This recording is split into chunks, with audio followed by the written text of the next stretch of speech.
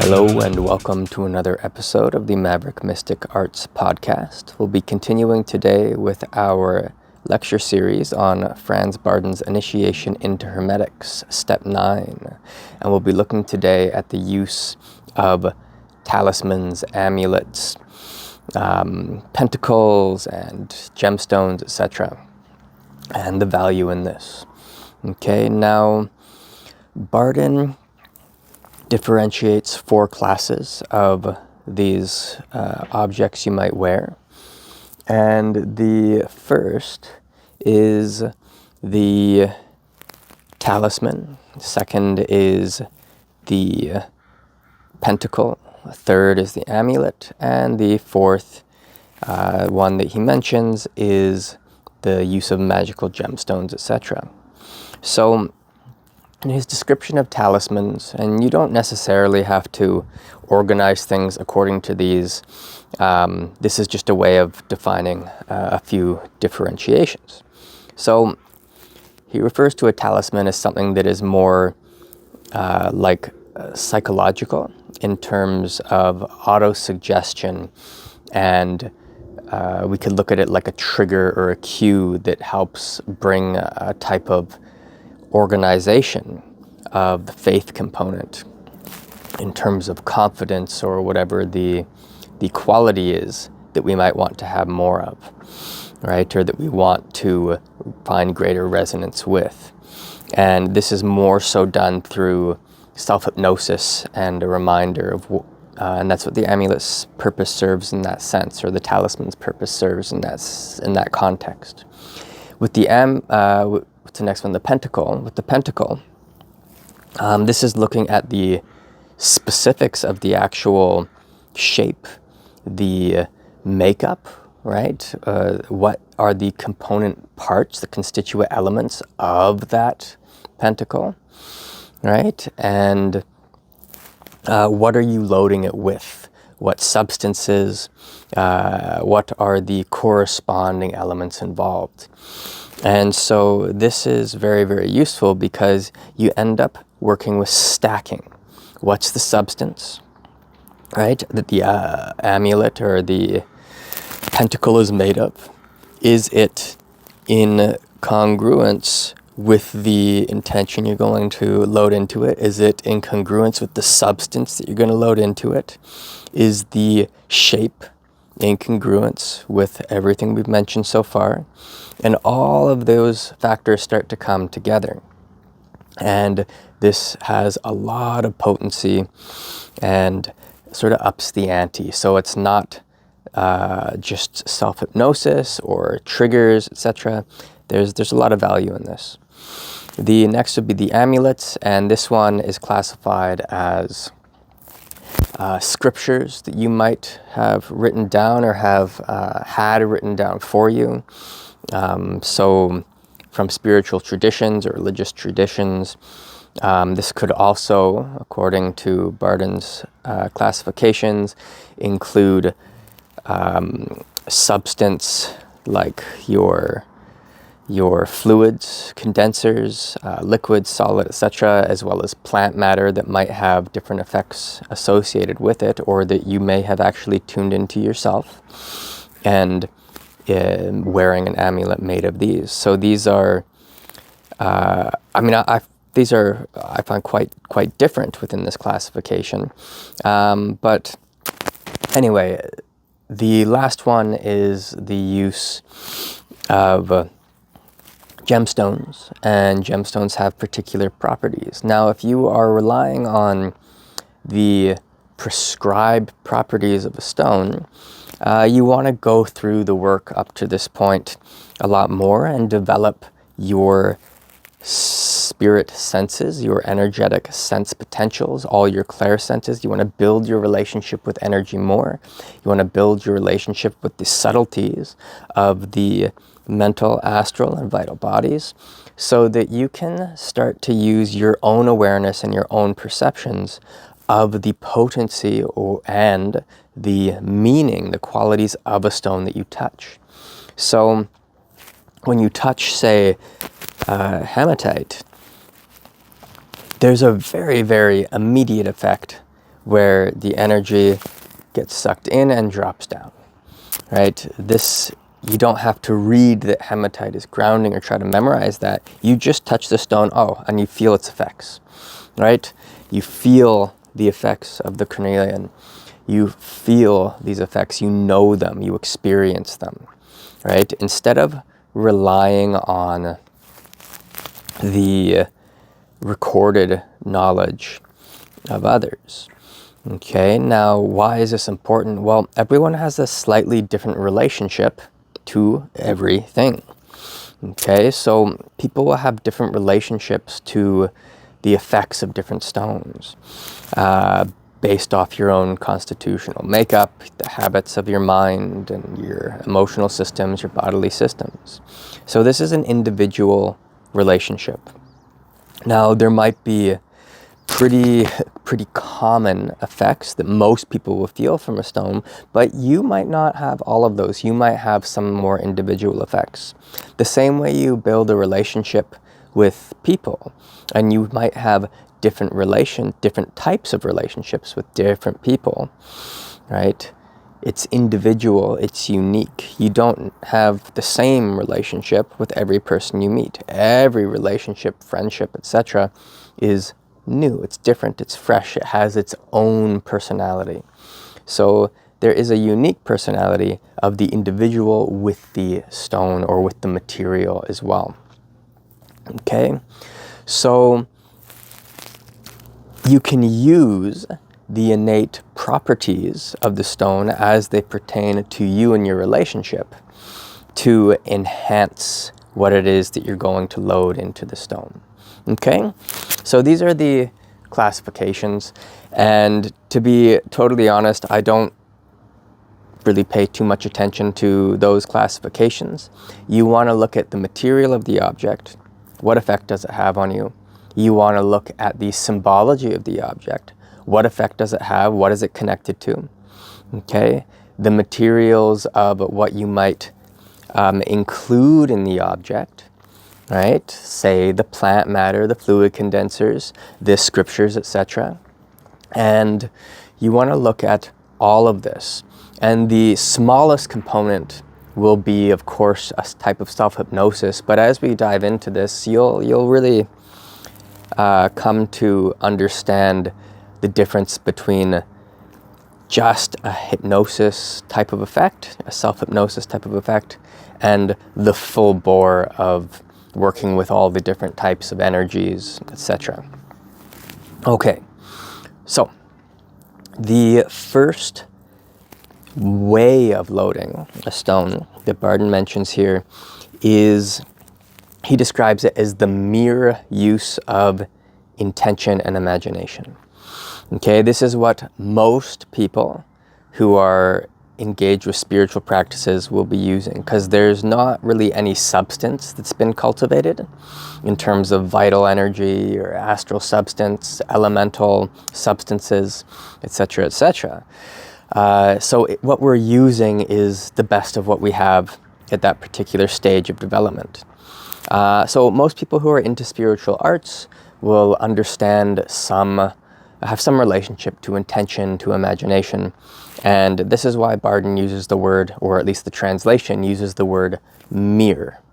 Okay, because while it can be potentially potent, this would depend very, very, very drastically on how much time has someone spent really practicing the precision of their intention, really practicing the precision of their imaginative faculties, right?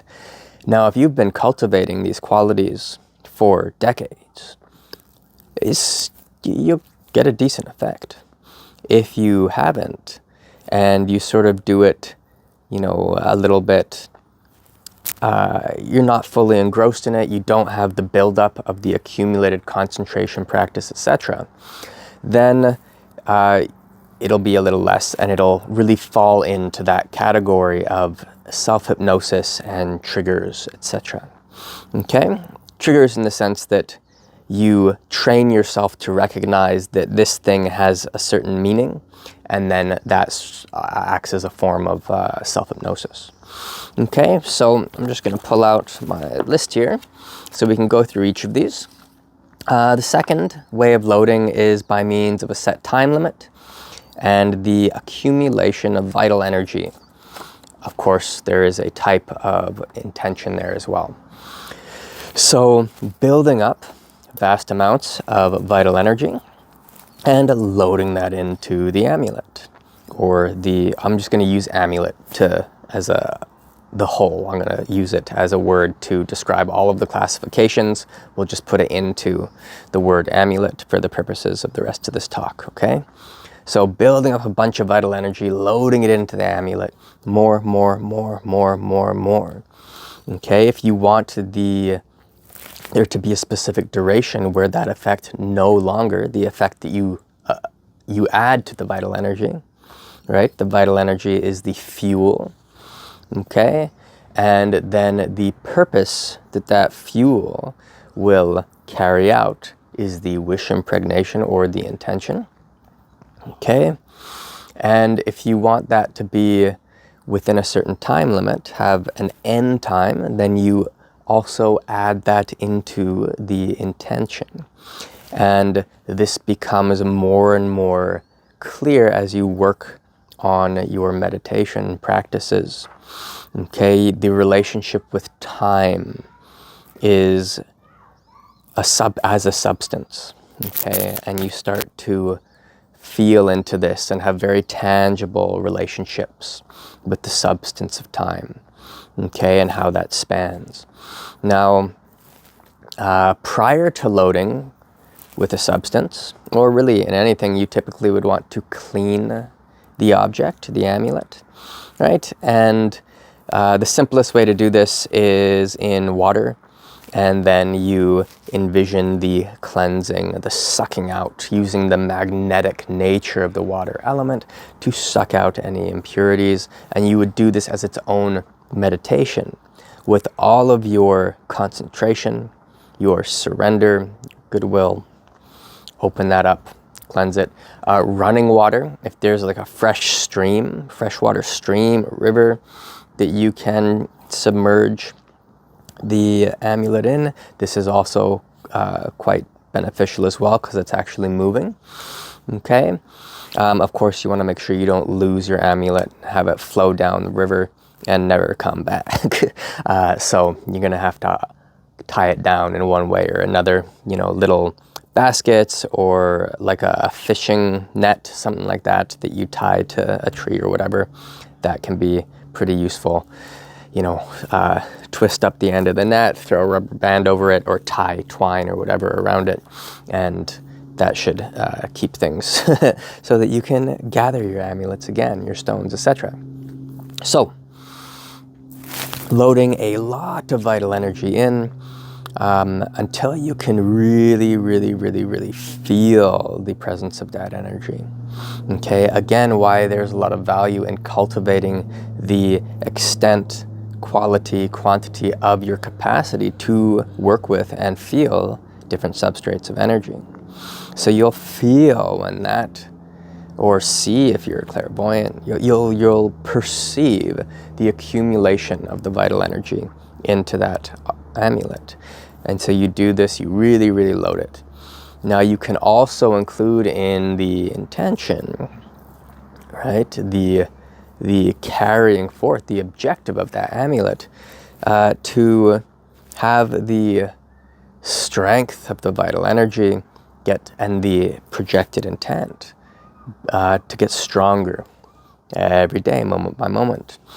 Now, with all of this stuff, the more regularly you practice the loading of the amulet, the more powerful it will become, and the more clear its directed intent will be. The suggestions here are to use one amulet for one purpose. Okay, and there's a lot of value in this because it's very precise, it's clear, and you're not confusing the qualities of that particular loading, right? You're not deviating the attention too much. For all of this, you need to have developed the ability to focus on multiple objects at a time. You have to have the capacity to have multiple objects of meditation and hold those simultaneously. It's very important. Okay, so vital energy, there's a lot you can do with it, all right? And a lot of fun you can have with this.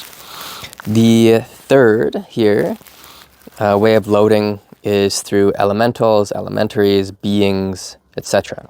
So go back through your text there or through your practices, review how it is you would create an elemental or an elementary.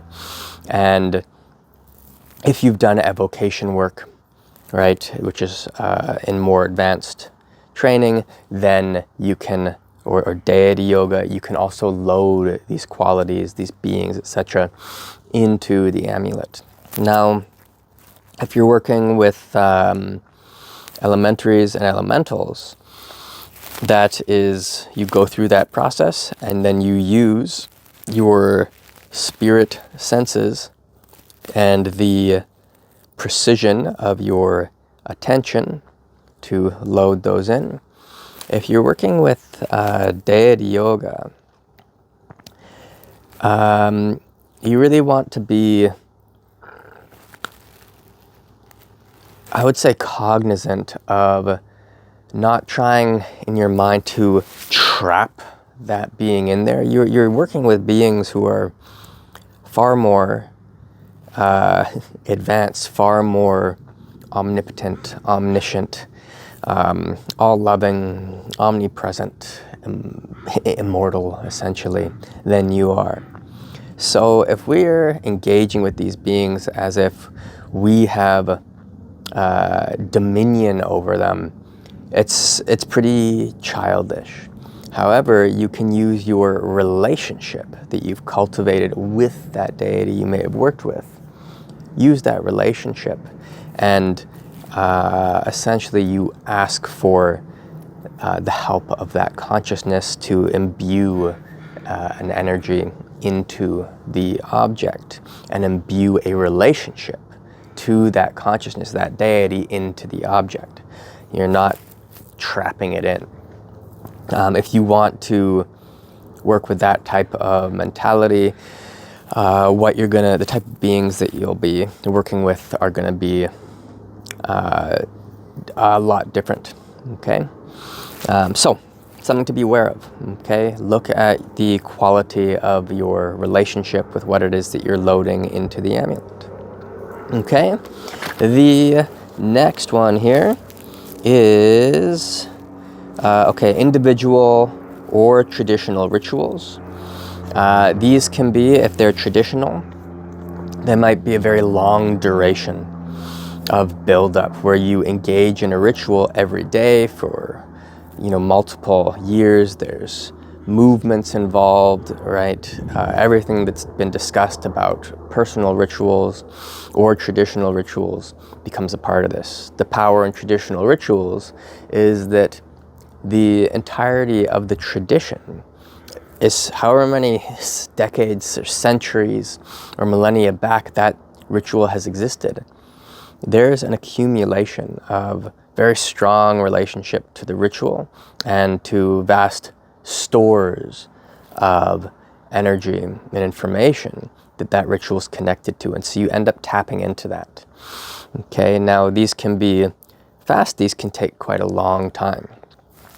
Personal rituals, you create them yourself.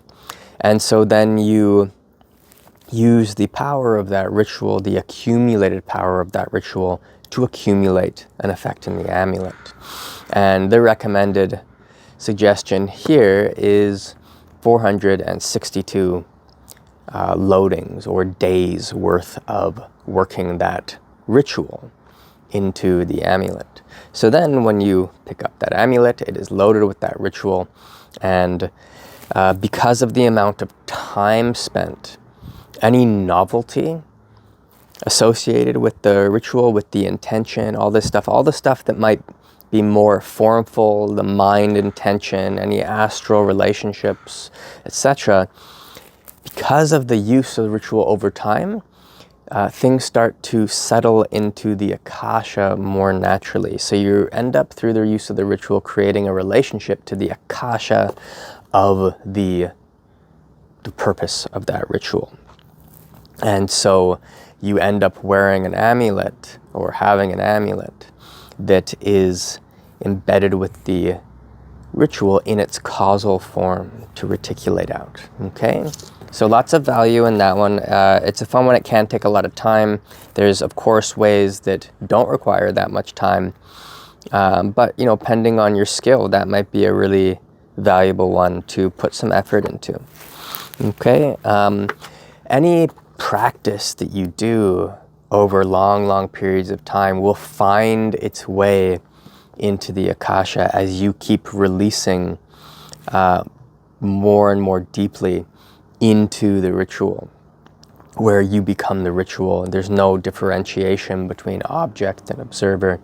And once you hit this point, right, and you build that non-duality, the Akasha opens up, that equanimity, that stillness really starts to come about naturally. And this is how most practices will touch into the Akasha, is through accumulated repetition. Okay? So you can look at that in relation to the amulet specifically and that practice here. I mean, there's a lot in this one. I often suggest that people load the end of their practice into an amulet, or at least into a gesture, and then you get to pick up the accumulated efforts of your practice every time you begin anew the next day or the next practice session. So amulets can serve as a wonderful accelerant to tapping into what it is you want to work with. Instead of needing to spend 1 hour, 2 hours, 3 hours building your relationship with whatever frequency or quality you want to work with, you can speed up that process. You touch the amulet that you've loaded with the accumulated experience, the accumulated energy, intention, consciousness, etc. And boom, you're off to the races. Instead of walking every day up the mountain, you get to be teleported to that frequency. And the value there is, it's crazy, because then your access to that becomes deeply imprinted, and the speed with which you can find resonance builds so fast that it can become a part of you and a part of your easy access awareness that much more quickly, and will permeate your being in a really nice way. Okay, magical formulas, mantras, tantras, etc. This would be like Kabbalistic word magic, any types of chanting, etc. There's other components that are involved with this, with visualizations and colors and shapes, etc. But there's a lot of value in this. You can then essentially be casting the relationship of that mantra, that word magic, as a means of resonating with the source of that particular expression, right? The word is not the word in the physical, in its mundane sense, in terms of how we just speak on a day-to-day basis. The word becomes something that is a reflection, an expression of its source, as a correspondence that is direct. And this is where you want to get to with your expressions of word magic, tantra, mantra, textual type things as well, where even the written word is direct correspondence. And this is done through skill and through cultivation. This is like the manner in which scrolls are written, in which the sacred texts from a more true spiritual standpoint are written, where it is not the intellectual representation only. it's connected very, very directly to the source of that. And that is where people will read something or participate in a mantra or practice and will find that that taps them very, very directly into the experience. However, usually for that to happen, you have to actually have the relationship or the transmission, the abhisheka of that state to the mantra or to that word, magic, or practice. And then over time, those merge.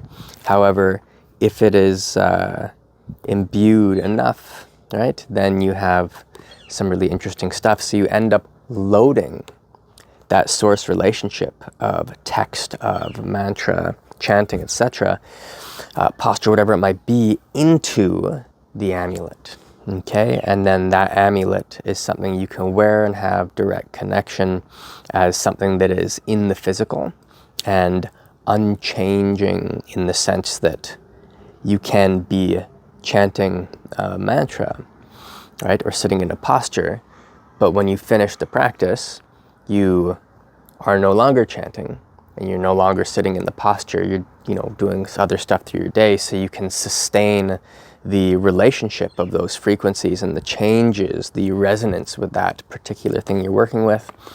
And you can run that through the entirety of your day and have it be bubbling in the background with even more potency than having done the practice in the absence of wearing the practice all day. Okay? It's kind of like, you could knit yourself a new sweater forget it. Forget the metaphors. You get it. Okay, so accumulation of the elements, right? Really good, really, really good. Have an amulet for the earth element, an amulet for the water element, an amulet for the air element, an amulet for the fire element, an amulet for the akasha. Separate. Really build your relationship with each element. Every time you practice that element, tap into that amulet, wear it after the practice, load the amulet up, right? And you will build, for reasons mentioned just a few minutes ago, a very strong relationship to that element and a very quick ability to tap it and go. Okay, instead of needing to build up your relationship with the fire element every time you practice, you have the accumulated relationship of all your work and time spent with the fire element, boom, loaded into that amulet. So then all the ways in which you might use the element, the purpose that element might be acting out via intention. And, with all of this, you have it getting stronger day by day, it having a time where it dissolves, etc. Lots and lots of fun to play with, okay? Electric and magnetic fluids, lots of power in those. They're quite strong because the electric and magnetic fluid are the constituent components within and behind each of the elements. Okay, from akasha to electric and magnetic, magnetic, as they pertain to earth, as they pertain to water, as they pertain to air, as they pertain to fire, right? Always working. So lots of power in the electric and magnetic fluid. Play with it, right? Explore, and be safe with it. Okay. The accumulation of light. If you are at a stage where you are able to tap into more spiritual light, okay, then you accumulate that. You load it in. Now, we want to remember that light, essentially you can keep loading light in it, that you don't sort of run out of space. When you're loading a bunch of vital energy in, you might notice at a point that it can feel like there's no more space left in the amulet for the vital energy. You keep loading, and then the field of that amulet starts to grow and grow, and you're loading the amulet, and also the relationship of the energy through the field. When you're doing it with light, you can essentially keep loading it and keep loading it and keep loading it. It doesn't seem to take up space. Now you can load it in with, of course, the effect of that radiative field and quality, and keep loading that quality into the field and the amulet. But that density, we might say, of light can keep becoming brighter and brighter and brighter. And that's sort of the metric of the quantity of it. Is the more light there is, the brighter, the stronger that light becomes. And Bardon suggests this for more spiritual type of purposes, in terms of spiritual intuition, these types of things, guidance, etc. Now, what you can do with light is many fold, okay? But you'd start simple and experience the difference between a light substance and, say, vital energy, and the elements, and the different types of effects can have, the subtlety with which light can express its effects and its relationships in terms of the closeness to the akasha, to cause, right? If it's a more coarse energy, it's a lot easier to perceive in the physical world and the energies. When it's working with light and that depth of akasha that's necessary to work with light, the subtleties and the subtle way in which that intention can unfold and express is very fascinating to observe. Okay, so you can load that into an amulet and bang, you have that there. Really good for working with more spiritual purposes. Okay. Electromagnetic spheres / volts. Okay, so electromagnetic volts, these are strong. And when you have explored these a little bit, there's a lot of power in them. Because of this, there's warnings that Bardon employs about altering karma, etc., and being very developed if you're going to use very strong changing potentials or very strong tools to alter your reality and the reality of those around you. So loading the electric fluid, then you load the magnetic fluid around it, and by squeezing the magnetic fluid around the accumulated electric fluid in the center, you end up pressurizing that electric capacity, right? And bang, you have some strong stuff there. It's really powerful, especially as you start tuning into it more and more effectively, and your relationship with the substances you're working with are more and more effective. So explore that one, and just be cognizant, be aware, be awake to the possibilities of what you're working with, and carry on from there. Okay, we want to move forwards with as little ignorance as possible. Okay, the last one in this particular section is using sexual magic, essentially, for the loading of the amulets. And he doesn't talk about this too much here. The reason for that is that most modern tantra is an excuse for self-gratification, whether that's with a partner or alone. The actual use of sexual energy, when it comes to spiritual stuff, it goes through alchemy, right? You're transforming that energy. It's not a mere movement of sexual energy from one place in the body to another, right? Or from one place in the body to outside the body, right? There's a transformation of that energy. And in order to do that, you need to engage with that energy from a place of deep equanimity and akasha, right? The depth of the equanimity allows you to engage with the source of that energy. and not with the habitualized sexual meaning of that energy. So that's very, very important.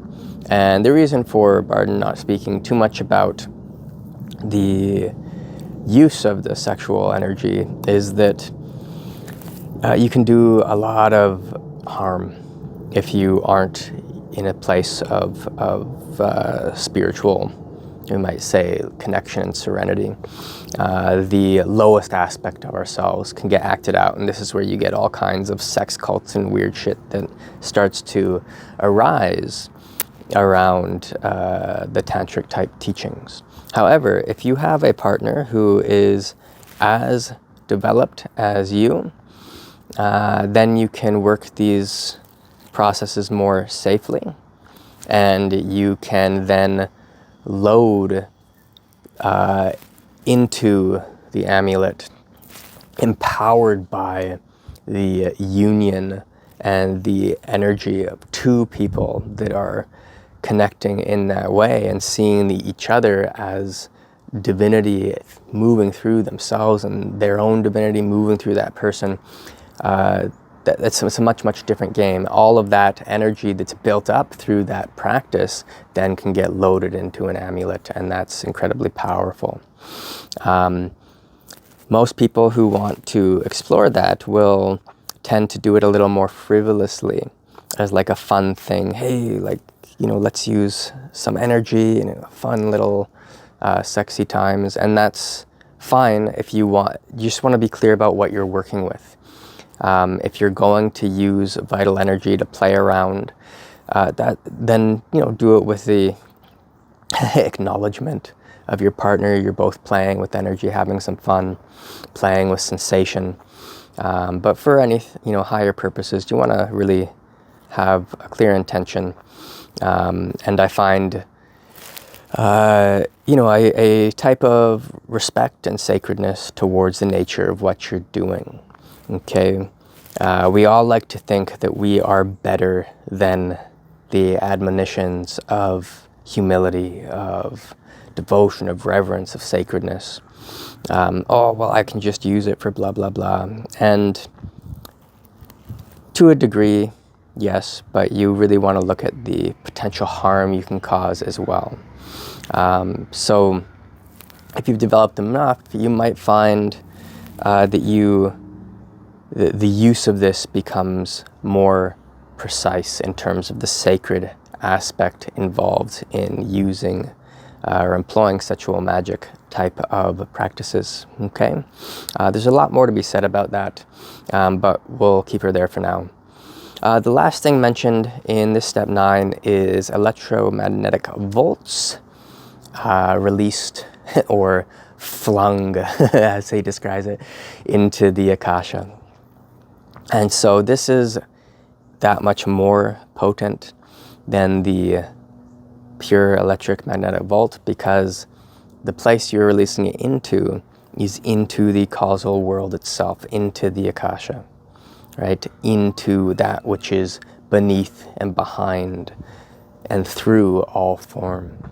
So because of this, the use of the Akasha principle, you want to be very, very, very aware of what it is that you are purposing the electromagnetic volt for. And the suggestion in the book here is to use it for spiritual purposes, for the purest of spiritual purposes. And the use case, he kind of describes it that if the situation, only use it if the situation is so bad that you need to use this as a tool. Now, you know, that could be as a protective mechanism. I find this to be also quite powerful.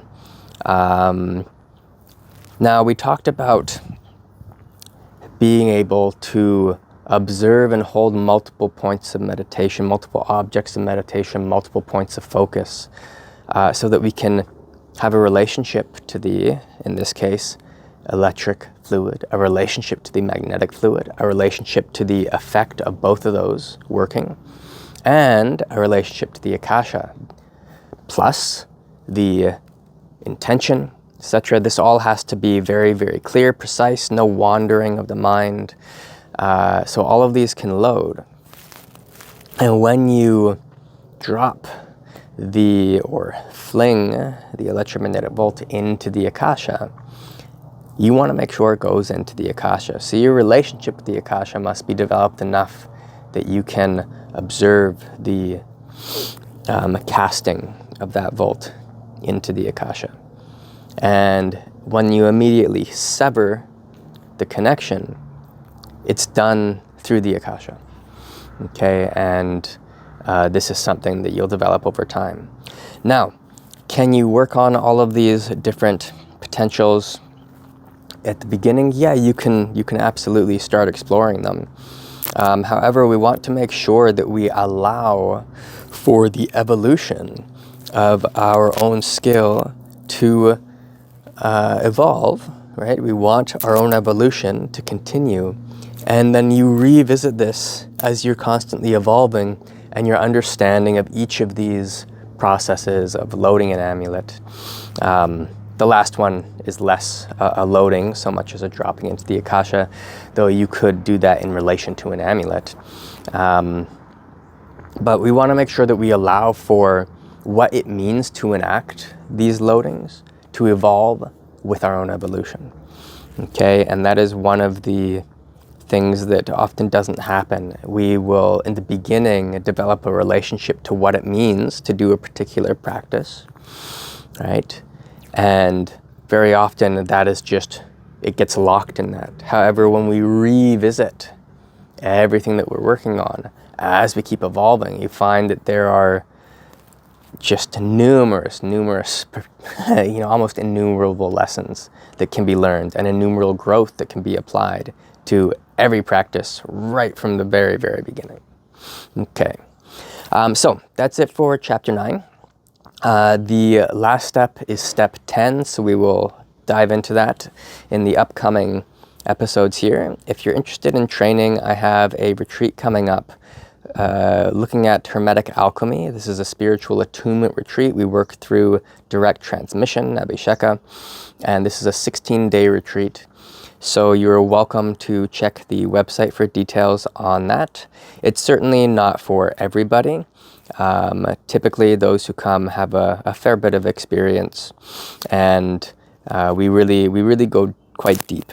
So you want to make sure that you have a strong connection to your spiritual growth if you're planning on coming to this particular retreat and most of the work that I do. The website has online training courses in Tai Chi, as well as a course in Qi Gong, Hermetic Alchemy, and meditation. And those can be worked together, grafted together in a really, really nice way. And lastly, I do offer private lessons, private coaching and teaching. And these are 2-hour sessions. And if you're interested in that, you can shoot an email to the website there. All right, hope you enjoyed this. Thanks for your time. See you next time. Bye.